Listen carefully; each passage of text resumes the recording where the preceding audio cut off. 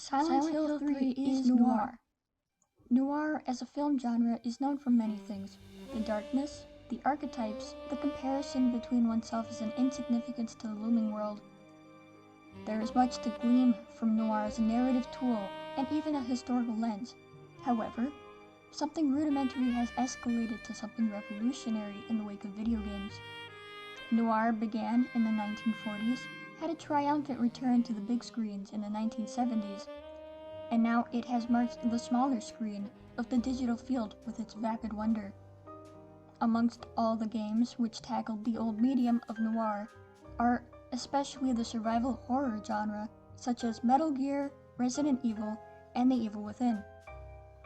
Of all the recent video games boasting noir elements, none compare to Silent Hill's rendition. To begin, Silent Hill is a video game series made by Konami in 2003. The games usually follow a plot of a troubled character in a nightmare world in which their problems haunt them as monsters and other forms of terrible symbolism. The game Silent Hill 3 in specific is the most noir compatible as it complies with the habits of noir better than the rest. The game starts with the main character waking into a nightmare of this abandoned and bloodied amusement park where monsters relentlessly hound her until she dies, allowing her to wake up to reality. Already, this has similarities to the film Lost Highway by David Lynch, with how the protagonist travels into a dream to escape the nightmare's reality of murder and inevitable execution.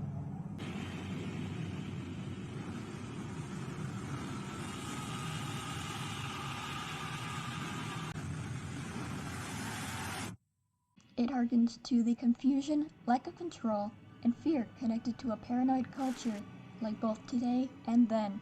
Lost Highway was made during a time of cultural upheaval, as the roles of people changed and a new normal was born. From this change came many fears of unknown factors such as loneliness and a lack of accompaniment. Andrew Spicer wrote in the book Postmodern Film Noir what amounts to a reasonable explanation for such paranoia appearing in recent noir culture. Postmodern noir's excess is also evident in its themes and narrative patterns. The paranoia, alienation, existential fatalism, and Freudian psychopathology that were core themes of classic noir have been retained but intensified.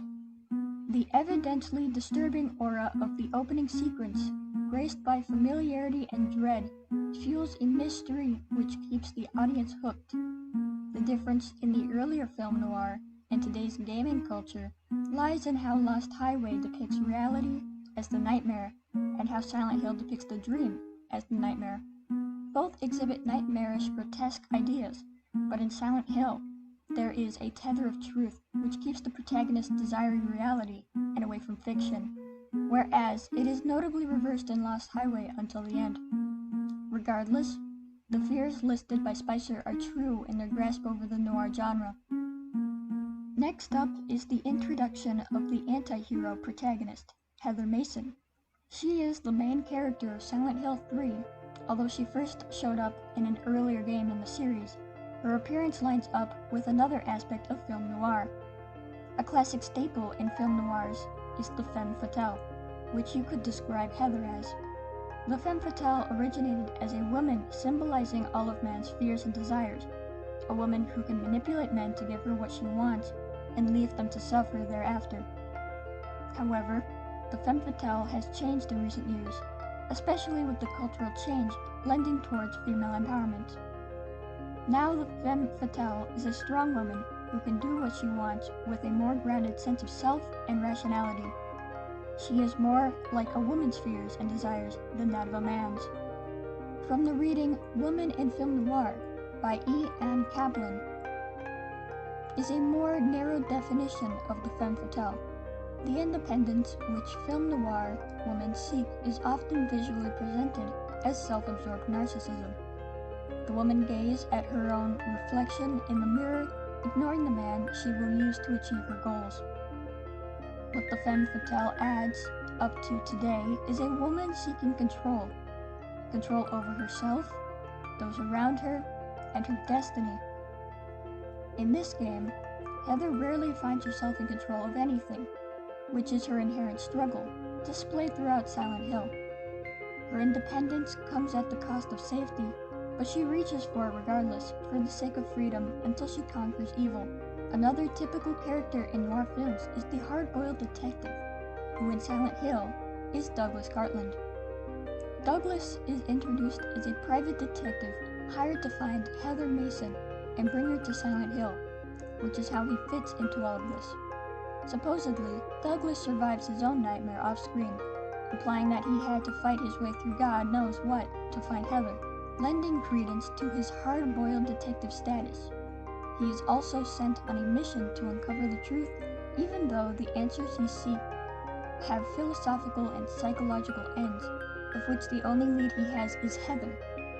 Heather, of course, confronted by a stranger, distances herself from him as is customary of Stranger Danger protocol. This interaction is similar to the interaction between Bree and Clute from the 1971 film Clute. What do you want? My name is John Clute. You said that. I'm an investigator. I'd like to ask you some questions about Tom Gruneman. Who? Tom Gruneman? He wrote you some letters. Wow. He was a research engineer at the Tuscarora Laboratories in Pennsylvania, and he disappeared from there last December. And I've been hired to look for him. Why? You know what I'm talking about, Miss Daniel. Honest. Can I ask you some questions, please? Do you have any identification?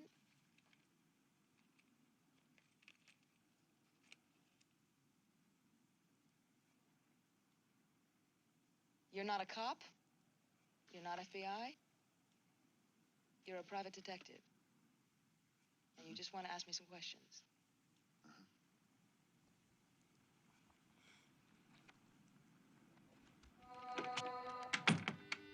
This scene holds a lot of weight, as there was a lot of paranoia around authority and agencies back when noir was being produced, such as the Watergate scandal in the 1970s.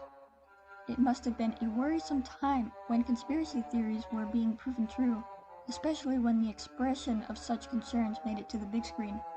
To continue, I would like to point out the game's environment, as it has as much or more character than the actual characters. Classical noir films tend to emphasize the city in which the film takes place, how the alleyways are dangerous and where chase scenes run across endless rooftops. There are as many spaces in Silent Hill as in any old city noir, of which there are many. Silent Hill is a run-down urban town with its own ecosystem of monsters, perilous parkour, and a near-liminal aesthetic, and yet it keeps itself as a navigable location for the characters to hide within. One could say that Silent Hill's places are like a moving maze. Furthermore, Silent Hill is extraordinarily noir in its use of reading. Cat! Furthermore, Silent Hill is extraordinarily noir in its use of aesthetic and cinematography. The normal world is shown in beautiful colors and with dazzling lights, whereas the Silent Hill reality is dark, blood splatters everywhere, dirt in the crevices of tiled floors, and a pervasive mist which consumes everything. The dreary atmosphere and gloomy look are incorporated into the mystery of the game. Why does the place look like this? What does it mean? It can be believed that the place is built as a metaphor for the fear womanhood brings about. The story revolves around a cult who believe Heather will give birth to their god, which understandably freaks out the protagonist since your mother went through a similar ordeal in a previous game. In one scene, Heather is stuck in a room where her reflection becomes tainted, and the room she's in continues to grow creeping red vines like a festering wound as a cradle gets covered. Another fear brought up is the fear of being alone. Loneliness is shown in the architecture and its wide and narrow areas, and the knowledge that when she is not with people, then she is between broken walls and monsters. Some of the monsters are called the Closer, which reflects on Heather's persistence in distancing herself from others. The elevator and subway areas are especially cruel, as the environment makes it impossible to escape the scenarios presented.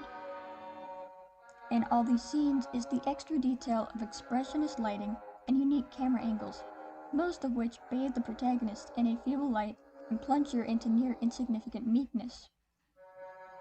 In conclusion, Silent Hill fits nicely into the noir genre and represents a new era of noir in modern media. There is very little dissonance between the game and the film's genre, but when there is a split from the norm, a new fresh twist fills the blanks. The inclusion of horror and fantasy elements allows the game to rise up to a higher plane of noir with dark roots and terrifying moments. Overall, the game is very nostalgic, and with its noir key, it unlocks the dark lock on many hearts. Subscribe! Goodbye!